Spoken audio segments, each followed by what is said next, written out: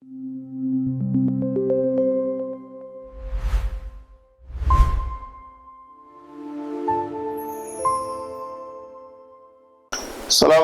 warahmatullahi wabarakatuh. Yang terhormat Bapak Ibu tim asesor sertifikasi dosen tahun 2026. Perkenalkan, saya Dr. Haji Muhammad Rozali MA, NUPTK 7652 7596 60 130 192. Jabatan fungsional lektor pada program studi informatika Fakultas Sains dan Teknologi Universitas Cut Nyadin Medan. Fokus keilmuan saya adalah pada bidang keagamaan dengan mata kuliah utama pendidikan agama Islam. Video ini dibuat sebagai wujud pernyataan diri dosen dalam unjuk kerja Tridharma Perguruan Tinggi atau PDD UKTPT dalam rangka sertifikasi dosen tahun 2026. Di sini saya akan memaparkan mata kuliah pendidikan agama menggunakan pendekatan DIA, Delivery Interaction Assessment, diikuti dengan rekaman proses pembelajaran nyata. Bapak dan Ibu asesor yang saya hormati, sebelum melihat proses pembelajaran di kelas, terlebih dahulu saya memaparkan karakteristik mata kuliah yang diampu. Mata kuliah pendidikan agama merupakan mata kuliah wajib umum MKWU berbobot 2 SKS yang ditempuh di semester genap. Mata kuliah ini didesain menggunakan pendekatan OB, Outcome Based Education, berfokus pada pembentukan karakter mahasiswa yang moderat, toleran, serta mampu mengontekstualisasikan nilai Islam atas problem masyarakat modern. Mata kuliah ini mendukung CPL program studi pada aspek sikap religius dan kemanusiaan yang diturunkan ke dalam 3 CPMK utama. CPMK 1 menganalisis hakikat penciptaan manusia, konsep ketuhanan, serta menginternalisasikan nilai iman dan takwa. CPMK 2 mengidentifikasi sumber hukum agama serta menelaah integrasi konsep HAM, demokrasi, dan hukum waris. CPMK 3 merumuskan strategi aksi penguatan moderasi beragama di tengah masyarakat majemuk. Aspek pertama yang saya terapkan dalam delivery yaitu bagaimana materi disampaikan agar diserap optimal dan sistematis oleh mahasiswa. Terdapat 3 bahan kajian utama yang dibagi dalam 14 kali tatap muka ditambah UTS dan UAS. Pertama, teologi Islam dan hakikat manusia. Kedua, etika profesional dan hukum muamalah kontemporer. Ketiga, Islam rahmatan lil alamin dan moderasi beragama. Untuk membumikan materi ini, saya menggunakan 2 strategi penyampaian utama. Yang pertama, case-based method atau metode studi kasus. Mahasiswa dihadapkan pada analisis kasus nyata di awal sesi perkuliahan. Yang kedua, project based learning. Mahasiswa berdiskusi dalam kelompok kecil untuk memecahkan masalah pelik secara bersama-sama. Aspek kedua adalah interaction, yaitu strategi membangun komunikasi 2 arah guna mengaktifkan suasana kelas melalui metode blend learning via 3 saluran. Interaksi tatap muka atau sinkronus, menerapkan student center learning melalui teknik brainstorming dan think faster dengan memicu pertanyaan pemantik bertema isu kontemporer.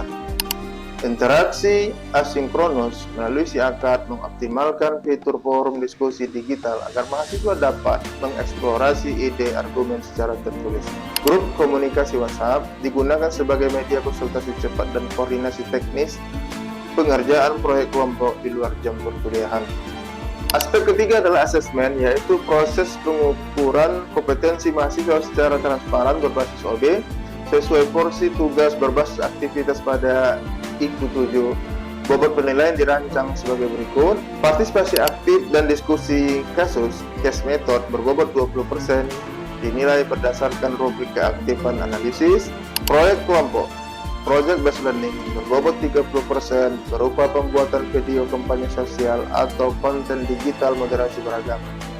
Ujian tengah semester atau UTS berbobot 20% menggunakan bentuk ujian esai analisis kasus terbuka. Ujian akhir semester atau UAS berbobot 30% dinilai berdasarkan presentasi akhir proyek dan laporan portofolio. Seluruh rubrik penilaian ini telah disampaikan dan disepakati bersama mahasiswa pada pertemuan pertama memulai kontrak perkuliahan. Bapak dan Ibu asesor yang saya hormati, demikian pemaparan singkat mengenai strategi delivery, interaction, dan assessment atau DIA pada mata kuliah pendidikan agama berbasis OB. Selanjutnya, mari kita saksikan bersama cuplikan proses pembelajaran real di kelas pada pertemuan ketiga membahas pokok bahasan hakikat manusia menurut agama. Selamat menyaksikan.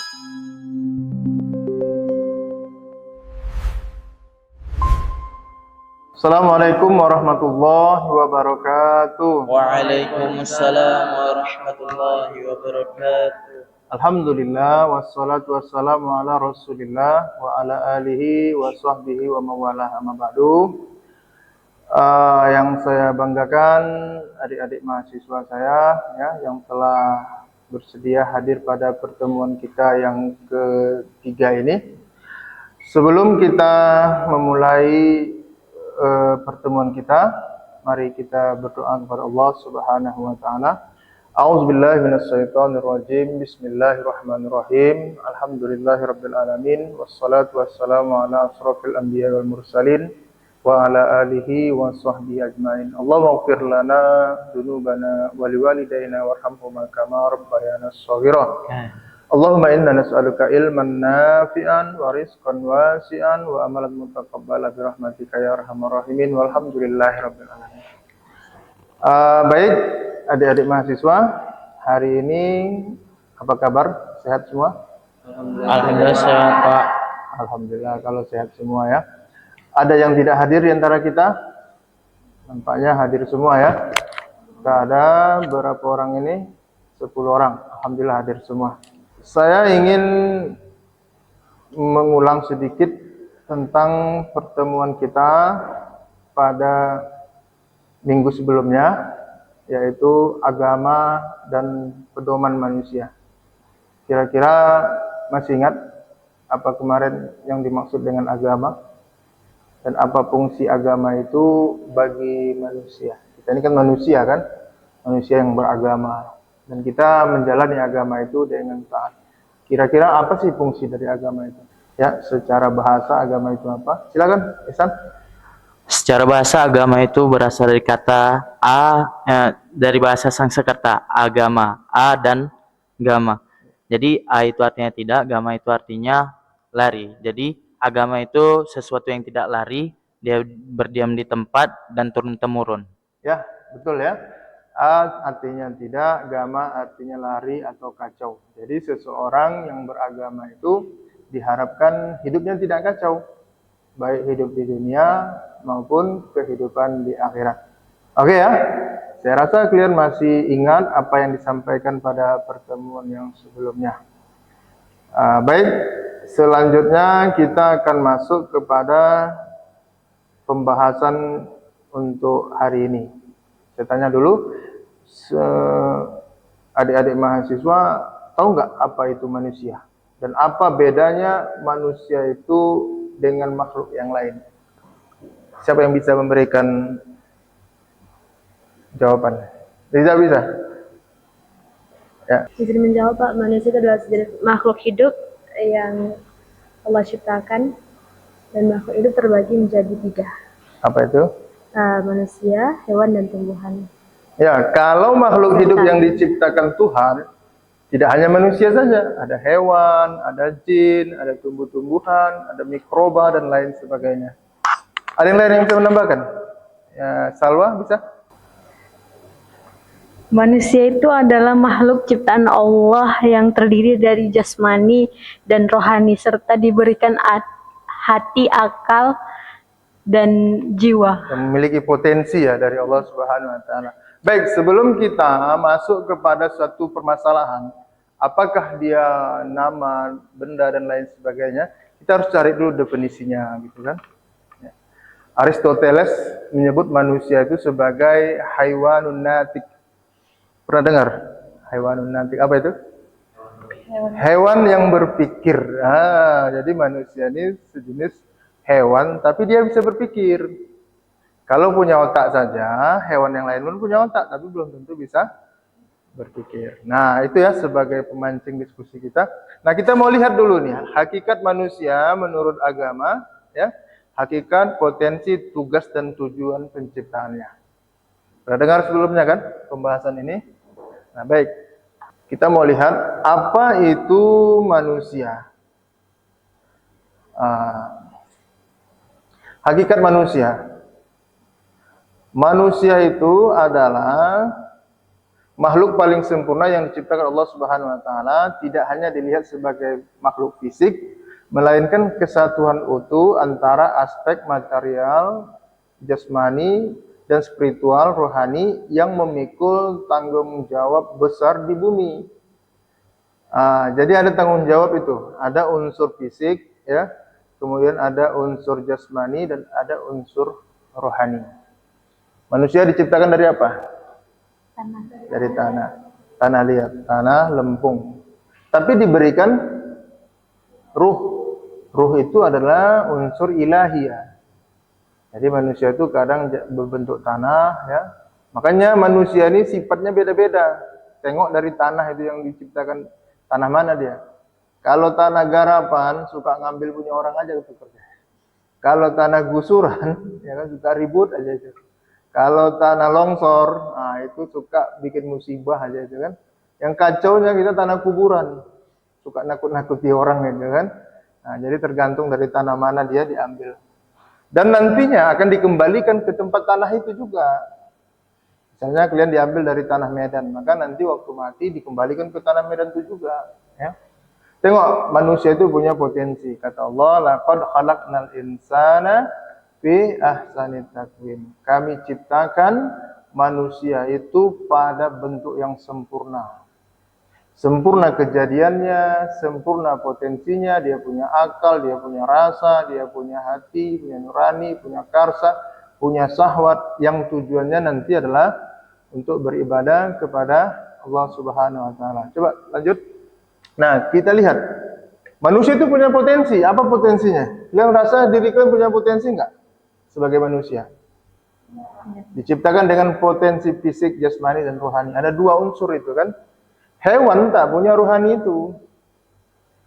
Yang nanti dia rohaninya itu mengantarkan kepada kebaikan. Karena dia unsur ilahi, maka dia harus dekat dengan ilahi itu. Paham? Dia harus dekat dengan pencipta. Manusia itu harus dekat dengan penciptanya. Jadi kalau dia jauh dengan penciptanya, rohaninya itu kosong. Ada orang kan hampa itu, hampa rohaninya kan. Makanya dia mencari tempat mendekatkan diri. Dia cari tempat hiburan untuk mengisi rohaninya. Dia cari tempat yang menyenangkan untuk mengisi rohaninya. Maka kalau kita salah mencari tempat, ruh kita itu akan diisi dengan apa? Yang salah juga. Makanya hati-hati ya dalam mempergunakan potensi. Potensi ini bisa positif dan bisa negatif. Ya, potensi yang Allah berikan itu nanti digunakan sebagai makhluk yang mengatur alam semesta ini. Dia punya tanggung jawab besar. Kambing diciptakan Allah ada otaknya kan, ada fisiknya, tapi dia nggak punya tanggung jawab. Apa tanggung jawabnya? Taunya pagi ngembek, makan, ya kan? Habis itu dia pulang, kawin, beranak, dijual. Kita kan nggak seperti itu. Ada tanggung jawab yang besar yang Allah berikan kepada manusia. Baik, sekarang tugas manusia. Ya. Manusia itu memiliki misi suci untuk beribadah dalam memakmurkan bumi, ya. Wa ma khalaqtul jinna wal insa illa liya'budun. Itu tugasnya. Manusia itu diciptakan oleh Allah untuk beribadah, dan wa iz qala rabbuka lil malaikati inni ja'ilun fil ardi khalifah. Dan kata Allah, sesungguhnya aku akan menjadikan khalifah di muka bumi. Baik, lanjut. Tujuan penciptaan. Manusia itu diciptakan untuk beribadah kepada Allah Subhanahu wa taala. Ada enggak ibadah yang lain?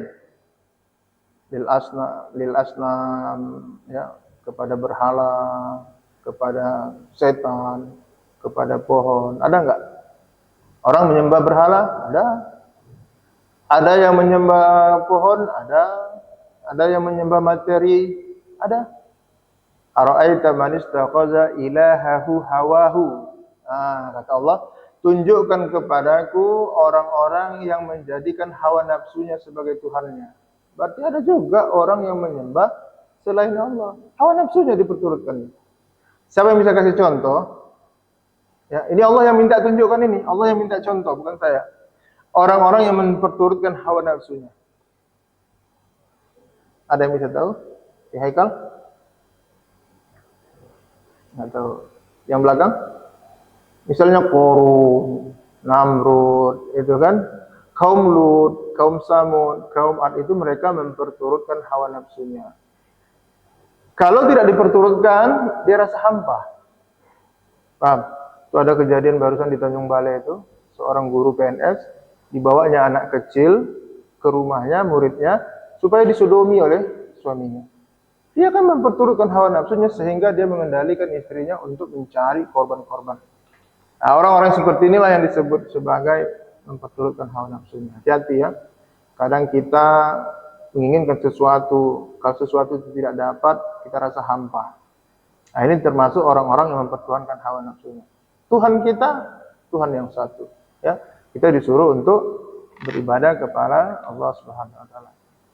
Annani anallah fa'budni. Sesungguhnya aku adalah Allah dan sembahlah aku, kata. Itu tujuan penciptaan manusia. Wa ma khalaqtul jinna wal insa illa liya'budun. Tidaklah aku ciptakan jin dan manusia itu kecuali untuk menghamba. Abdun itu tunduk, patuh, beribadah, itu kan, mengabdi kepada Allah.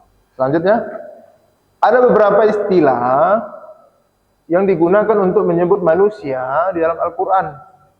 Di antaranya ada An-Nas, Al-Insan, Basar, Al-Ins, Bani Adam, Khalifah, dan Abdun. Ini semua disebutkan di dalam Al-Quran, berulang-ulang. Ada yang ratusan kali, ada yang puluhan kali, ada yang sedikit aja, beberapa kali saja. Apa itu An-Nas? An-Nas merupakan istilah paling umum karena merujuk pada manusia sebagai makhluk sosial dan kolektif secara keseluruhan, baik yang beriman maupun kafir. Paham ya? Jadi An-Nas itu siapa saja. Mau yang muslim, yang non-muslim, yang beriman, mau tak beriman, mau yang hitam, mau yang putih, mau yang tinggi, mau yang rendah, selagi dia manusia disebut sebagai An-Nas. Ya ayuhan nas, ya. Inna khalaqnakum min zakarin wal unsa. Kata Allah, wahai manusia, kami menciptakanmu dari laki-laki dan perempuan. Berarti asal laki-laki, An-Nas itu. Asal perempuan, An-Nas itu. Kalau betina, kalau jantan, hewan. Bukan An-Nas ya. Nah, baik, selanjutnya ada Al-Insan. Ada Al-Insan. Insan ini adalah istilah ini fokus pada potensi psikologi, kecerdasan spiritual, sekaligus sifat bawaan seperti Nietzsche. Al-Insan ini adalah makhluk yang komplit, ya, yang Allah berikan kepadanya berbagai macam potensi. Allah sebutkan, wal asri innal insana lafi khusr.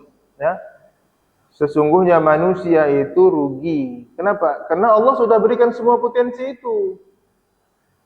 Insan itu adalah makhluk yang mendapatkan semua potensi yang tidak dimiliki oleh makhluk yang lain, termasuk malaikat. Malaikat itu mulia ya, tapi dia tidak memiliki nafsu, tidak memiliki syahwat, tidak memiliki birahi, sehingga dia tidak bisa berkembang. Ya, dan dia tidak memiliki pengetahuan kecuali apa yang diajarkan oleh Allah. Malaikat itu dia duduk bersebelahan ini. Ini malaikat, ini malaikat. Ini malaikat pencabut nyawa. Ini malaikat penunggu neraka. Ini malaikat penunggu surga. Ya kan? Itu malaikat. Macam-macam lah malaikat ini kan. Tapi di antara satu dengan yang lain tidak saling kenal. Kau malaikat maut ya? Enggak. Dia nggak tahu tuh sebelahnya malaikat maut. Kenapa? La ilma lana illa ma'allamtana, kata malaikat itu. Kami tak memiliki ilmu apapun kecuali yang kami ajarkan. Dia nggak bisa kenalan itu, malaikat itu nggak bisa kenalan. Tidak ada perintah untuk berkenalan pada mereka. Itulah hebatnya manusia itu kan. Manusia diciptakan min zakarin wal unsa lita'arrafu. Apa itu lita'arrafu? Untuk saling mengenal antara satu sama lain. Malaikat tidak ada. Hewan, satu komunitas kerbau semuanya. Ketika dia mau kawin, apa dia kenalan? Bo, namamu siapa, Bo? Kan? Enggak ada itu. Kalau dia merasa keinginan, dia sosor saja. Tidak ada akad kan? Nah, tidak ada kenalan dalam ta'aruf. Tapi kita manusia, Allah berikan potensi akal, kecerdasan, spiritual. Walaupun kadang-kadang manusia itu suka lupa. Kenapa? disebut nisyan. Nah, potensi inilah yang mengantarkannya untuk beribadah kepada Allah, mendekatkan dirinya kepada Allah. Ada ilmu digunakan untuk mendekat kepada Allah. Ada harta digunakan untuk mendekat kepada Allah. Ada kekuatan, paras wajah yang tampan, cantik dan lain sebagainya, semuanya digunakan untuk mendekatkan diri kepada Allah. Nah, kemudian basar. Ya.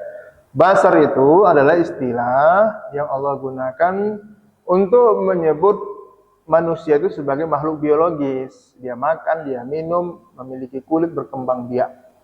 Nah, jadi kalau hanya berkembang biak saja disebut basar itu. Itu ada urat-uratnya kan, saraf-sarafnya, kulitnya itu basar itu. Tulang, rambut, bentuk tubuh itu basar itu. Yang dimiliki oleh makhluk yang lain. Tapi basar itu belum tentu memiliki potensi. Kalau dia memiliki potensi disebut sebagai insan. Selanjutnya ada al-ins. Nah, ini al-ins inilah yang selalu disandingkan untuk membedakan yang baik dan buruk. Ya. Allazi yuwaswisu fi sudurin nas minal jinnati wan nas, yang mengajak manusia untuk melakukan keburukan itu ada dua jenis makhluk. Apa itu? Jin dan manusia. Kadang-kadang kita selalu menyalahkan jin. Ternyata kitanya yang sudah jadi setan. Ya kan yang ngajak itu kan bukan ada jin kan? Semua sesama kitanya. Sesama manusia. Kenapa? Manusianya sudah jadi setan. Seharusnya al-ins itu mengajak kepada kebaikan. Jin itu mengajak kepada keburukan. Walaupun dia satu akar dengan al-insan. Nah, selanjutnya ada Bani Adam. Bani Adam ini digunakan secara khusus untuk menghubungkan nasab kita kepada manusia yang pertama. Nah, itu secara singkatnya. Dan selalu disebutkan dalam Al-Quran sebagai walaqad karramna Bani Adam. Kami telah memuliakan Bani Adam itu. Manusia ini Allah muliakan. Jangan sampai dia mencampakkan dirinya pada tempat yang paling hina. Selanjutnya ada khalifah. Ini adalah potensi yang fungsi daripada manusia itu sebagai apa? Sebagai pengelola bumi. Wa iz qala rabbuka lil malaikati inni ja'ilun fil ardi khalifah. Apa itu khalifah? Pengganti. Pengganti siapa? Bukan pengganti Allah ya. Dulu ada makhluk sebelumnya yang sudah diciptakan. Namanya Banal Jan, keturunan jin. Pemimpinnya itu namanya Samiyah. Tapi mereka melakukan pertumpahan darah. Ya, coba Ihsan dengar. Qalu ataj'alu may yufsidu fiha wa yasfikud dima wa nahnu nusabbihu bihamdika wa nuqaddisu lak. Itu jawaban malaikat itu. Apa katanya? Apakah engkau akan menjadikan makhluk yang akan melakukan kerusakan dan pertumpahan darah lagi di bumi? Berarti sebelum manusia sudah ada makhluk dari bangsa jin. Pemimpinnya namanya Samiyah. Tapi mereka tidak mempunyai visi ke depan. Tengok nih, makhluk yang tidak mempunyai visi jauh ke depan, dia akan melakukan kerusakan, pembunuhan, penghancuran, penggundulan hutan, ya, merampok, membunuh. Yang mereka pikirkan itu adalah perut dan sejengkal di bawah perut. Nah, apa itu maksudnya? Ya mereka pikirkan makan, bangun tidur, apa yang mau kita makan? Habis apa yang mau kita makan, maka dia pikirkan siapa yang mau kita makan. Itu bangsa jin itu. Kalau kalian seperti itu, samalah kayak mereka. Begitu kan? Lalu yang di bawah perut, ya asal bangun tidur, siapa yang mau kita perkaos itu kan? Itu bahasa ininya. Itu bangsa jin itu. Lalu Allah musnahkan semuanya karena mereka melakukan pengrusakan. Allah habiskan semua kecuali satu, namanya Azazil. Itulah nanti yang menjadi imam di surga selama 6.000 tahun, 3.000 tahun. Menjadi pemimpin malaikat. Dan dialah yang enggan disuruh sujud kepada Adam itu. Illa iblis. Dulu namanya Azazil. Ketika dia durhaka kepada Allah, tidak mau tunduk kepada Allah, Allah ganti namanya menjadi iblis. Kalian kalau tak mau tunduk sama Allah, Allah ganti namanya iblis. Ya kan? Dulu umat Nabi Musa itu disebut sebagai Bani Adam.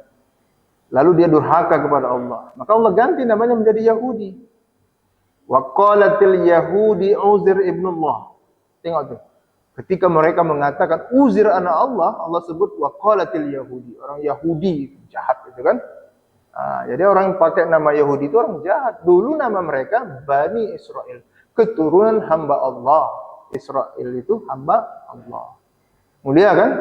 Tapi ketika dia jahat, Allah ganti namanya jadi Yahudi. Begitu juga kalian, ketika kita sebagai manusia baik, Allah sebut sebagai khalifah. Tapi kalau kalian durhaka, Allah sebut sebagai iblis. Parah kan? Oke, lanjut. Ada abdun, manusia sebagai hamba Allah.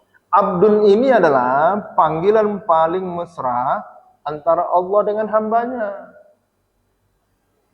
Apa dalilnya? Subhanallazi asra bi 'abdihi lailan minal masjidil haram ilal masjidil aqsa. Maha suci Allah yang telah memperjalankan hambanya dari Masjidil Haram ke Masjidil Aqsa. Siapa hambanya itu? Nabi Muhammad sallallahu alaihi wasallam. Sudah. Sekarang kita diskusi, tolong dibagi menjadi 2 kelompok. Saya sudah memberikan materinya disiapkan.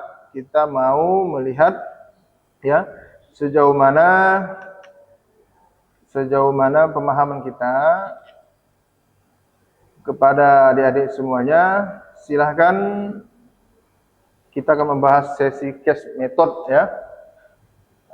Yang mau ditanya itu, ada manusia yang memiliki kemapanan ekonomi, fasilitas teknologi yang sangat mencukupi, tapi kadang-kadang mereka itu kehilangan identitas ya. Yang mau saya tanyakan itu, silakan analisis mengapa pemenuhan materi dan teknologi saja belum cukup untuk menyelesaikan krisis eksistensi manusia tersebut.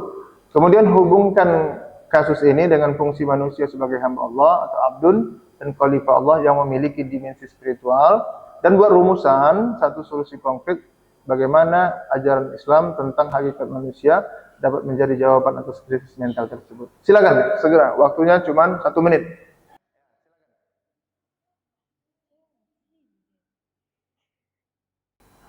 Oke. Ya. Bismillahirrahmanirrahim. Jadi dalam diri manusia itu, kita itu bisa memilih. Jadi di dalam pilihannya itu kita bisa memilih antara kita menerima kehidupan kita saat ini atas pilihan-pilihan kita sebelumnya atau tidak. Jadi kenapa orang-orang apalagi Gen Z, pemuda-pemuda saat ini itu krisis eksistensial diri, dan teknologi tidak mampu memberikan jawaban terhadap krisis identitas diri seseorang tersebut, karena manusia sendiri itu dia memiliki emosi, kesadaran. Jadi di dalam Google itu, Google bisa memberikan jawaban-jawaban kita itu kalau mau sehat harus sering olahraga. Sekarang mari kita rumuskan bersama ya, apa solusi konkret bagaimana ajaran Islam tentang hakikat manusia dapat menjadi jawaban atas krisis mental tersebut. Ada yang bisa menambahkan? Solusi praktisnya adalah mengembalikan kendali hidup kepada hakikat penciptanya melalui kesadaran berteknologi.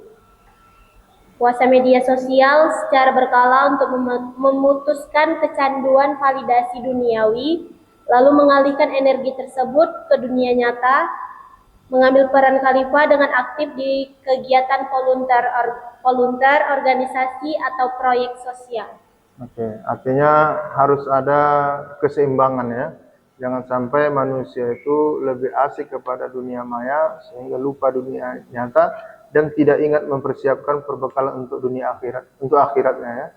Baik, saya rasa cukup pertemuan kita untuk hari ini ya. Yang akan datang kita akan membahas tentang sumber ajaran agama.